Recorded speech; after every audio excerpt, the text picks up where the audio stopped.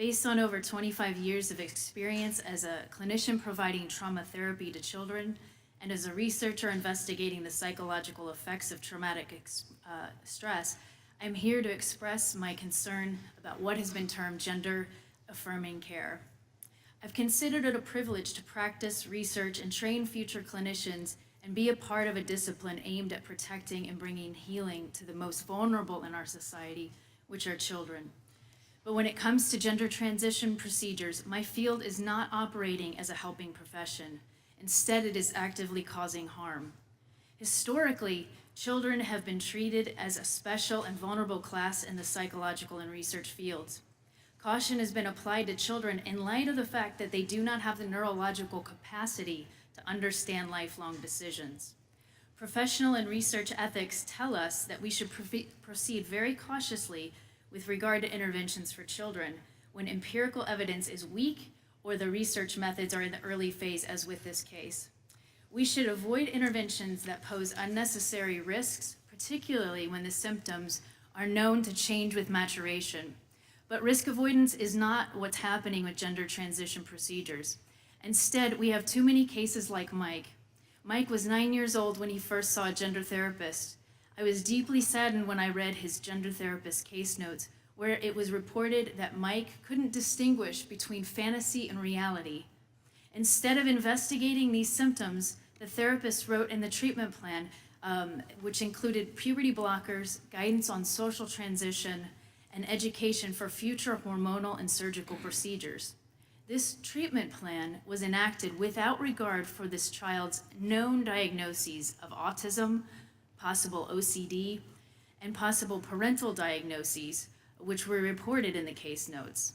Mike is just one example of how so-called gender-affirming care is in direct opposition of our knowledge regarding development and our understanding of good research and treatment. And there are many reasons why I have concerns, but I'll just share a few with you. One, these interventions are being endorsed based on consensus, not evidence.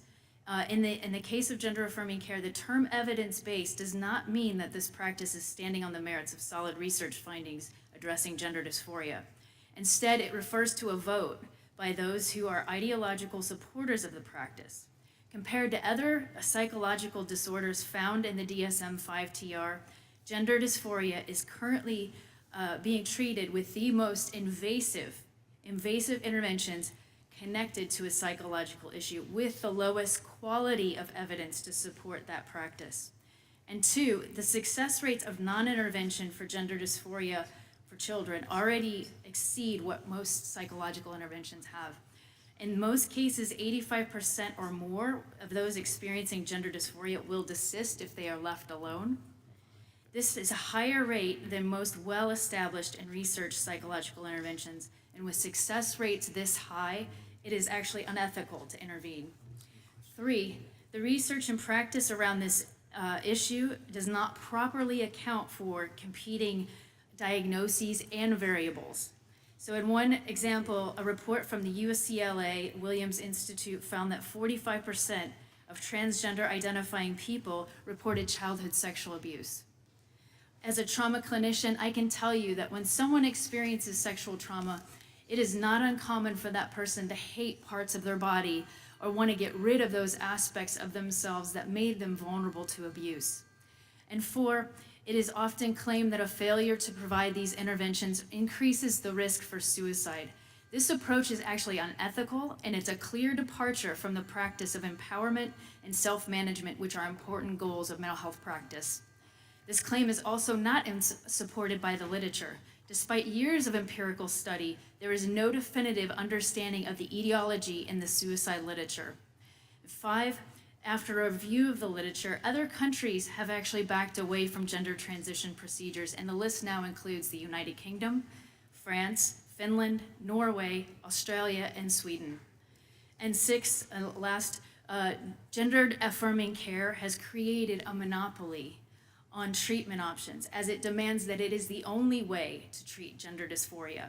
By comparison, we can look at Cochrane collaboration, for example. There are 245 meta-analytic reviews of varied treatment options for depression. Yet when it comes to gender dysphoria, There's only one path currently prescribed to help someone, and that's to become someone else. Researchers and clinicians should be innovating solutions to heal distress, not coercing kids onto a path that tells them that they need to remove or change physical parts of who they are in order to be whole. This is why I'm calling on you to act on behalf of children. Thank you.